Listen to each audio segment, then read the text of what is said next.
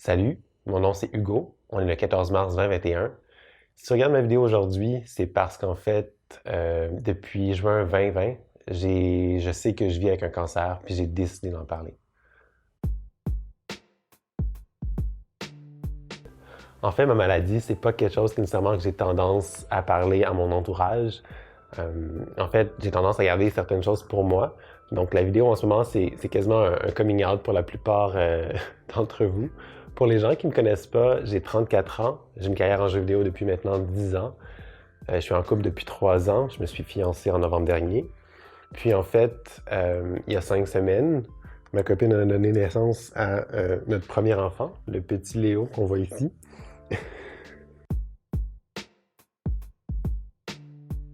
Si j'en parle aujourd'hui, c'est surtout parce que je suis plus à l'aise d'en parler aujourd'hui. Je pense que j'ai appris à mieux vivre avec cette réalité-là. Je ne sais pas exactement quand est-ce que ça s'est fait. Il n'y a comme pas vraiment de sweet spot où est-ce que je peux identifier vraiment comme OK, maintenant je suis à l'aise, je peux en parler. C'est vraiment bizarre. La maladie fait maintenant partie de moi. Ça me définit quelque part, puis c'est pas quelque chose qui me plaît encore, si je peux dire. Puis cette réalisation-là, je sais pas si elle s'est faite lorsque j'ai appris que j'étais en récidive il y a quelques semaines ou quand mon enfant, en fait, est né. Puis quand on y pense, les deux dates concordent un peu. On dirait, je pense que chez moi, ça a vraiment créé une espèce de sentiment d'acceptation. Je sais pas comment le décrire autrement, mais c'est vraiment un sentiment qui est très, très étrange, en fait. La première chose que j'ai faite quand j'ai appris que j'étais malade, c'est probablement googler ma maladie, chose à ne pas faire, mais on peut pas s'empêcher. Puis il y a une espèce d'aspect fataliste à mon cancer, c'est-à-dire que toutes les gens qui sont diagnostiqués, comme c'est un cancer qui est indolore, quand les gens se présentent à l'urgence la plupart du temps, c'est soit il est trop tard. Donc, comme il est trop tard, il meurt super rapidement. C'est super déprimant. Genre, j'ai lu des cas, c'est genre telle personne a 24 ans, rentre à l'urgence, il diagnostique un hémangio-endothéliome épithéliaïde, qui est ma maladie. Puis finalement, ça se termine que 6 mois plus tard, il meurt. Donc, c'est vraiment déroutant. Ensuite, j'ai voulu chercher des témoignages de gens qui étaient des témoignages de gens qui étaient malades, justement, des gens qui étaient atteints du cancer, des gens qui étaient potentiellement atteints du même cancer que moi, mais c'est encore une fois super difficile vu que c'est un cancer qui est très rare. Puis en fait, j'en trouvais pas. Je trouvais pas de témoignages de personnes malades, puis pour moi, je comprenais pas trop. Il y en a là, des témoignages, mais c'est pas exactement à ce que moi je m'attendais. Je m'attendais à ce que ce soit des gens peut-être qui s'ouvrent plus ouvertement par rapport à ce qu'ils ont vécu. Moi, je suis dans la trentaine, je suis passé dans la vingtaine à la planification de projets, à la trentaine, maintenant, je veux les réaliser. Je veux avancer, j'ai une carrière, je veux bâtir dessus, j'ai de l'argent, je veux m'acheter une maison, je veux fonder une famille, je veux pas arrêter de vivre parce que j'ai le cancer.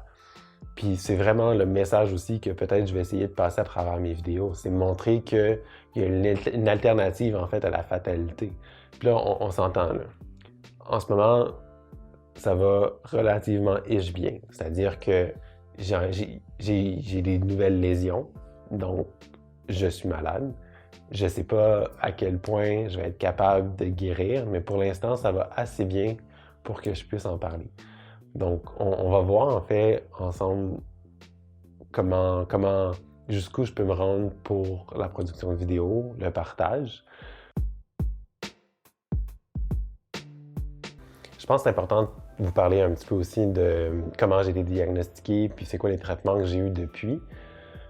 Donc, moi, en mars dernier, je suis rentré à l'hôpital à l'urgence, mais par moi-même, là, c'était pas super grave. En fait, j'avais des maux de ventre. Puis ça s'est avéré en fait que c'était des maux de ventre super bénins. Là. On sait pas, je sais toujours pas à ce jour pourquoi j'avais mal au ventre. Mais étant donné qu'on était dans un contexte de COVID, j'ai pas l'habitude d'y aller à l'urgence. Puis comme c'est un problème, un maux de ventre qui peut pas se régler par téléphone, j'ai tout simplement décidé de me présenter. Puis j'ai vu des médecins. Ils n'ont pas trouvé pourquoi j'étais malade. Par contre, ils m'ont fait passé une série de tests. Puis dans ces tests-là, il y avait un scan. Puis dans le scan, c'est à ce moment-là qu'ils ont découvert comme 2 lésions sur mon foie. Puis aussi, ils ont découvert une panoplie de petits nodules, donc des micronodules dans mes poumons.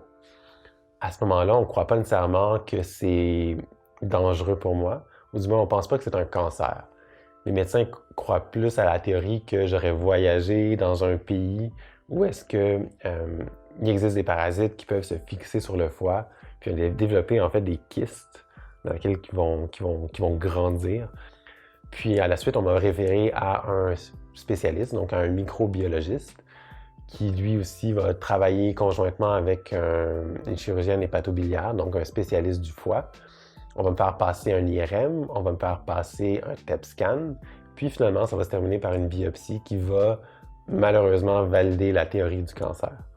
À la suite de cette annonce-là, j'ai aussi rencontré un oncologue qui va travailler avec ma chirurgienne. Donc, eux vont présenter mon cas aussi à une équipe, puis ils vont en discuter, puis ils viennent à la conclusion que la manière la plus optimale pour guérir de ma maladie, c'est de passer par une résectomie. Je vais aller en chirurgie, on va enlever 45% de mon foie. La convalescence est beaucoup plus difficile à ce quoi je m'attendais.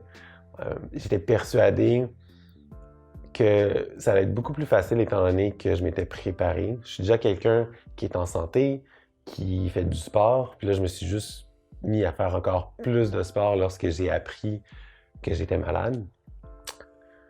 Mais ça a vraiment été plus difficile que je pensais parce que juste marcher au départ d'un coin de rue, c'était vraiment essoufflant. Faire l'épicerie, c'était une épreuve. Je m'accrochais au panier, c'était tellement difficile. Mais ça, je pense que je vais réserver juste l'aspect de la chirurgie puis la convalescence pour une autre vidéo.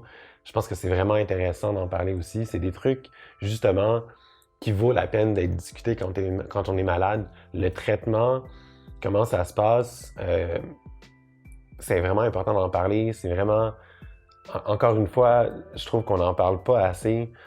Il y a un aspect psychologique derrière aussi, de l'espèce de défaite, moi, que j'ai vécue, que je veux vous partager. Donc, c'est tout. Si vous pensez que ça peut être utile pour d'autres personnes, je vous encourage fortement à partager. C'est certain que si vous vous abonnez à ma chaîne YouTube, ça va vraiment m'aider. Likez la vidéo si vous avez aimé ça. Si vous avez des commentaires ou des questions, tout simplement les lister dans la section commentaires, puis je vais faire mon possible en fait pour regarder. Pour l'instant, j'ai aucune idée à quoi m'attendre. Je ne sais même pas combien de personnes vont regarder cette vidéo, mais j'espère que ça va être capable de rejoindre le plus de personnes possible, parce qu'il y a une espèce de tabou aussi autour du cancer qui serait le fun qu'on se débarrasse. Donc, merci, puis on se revoit bientôt.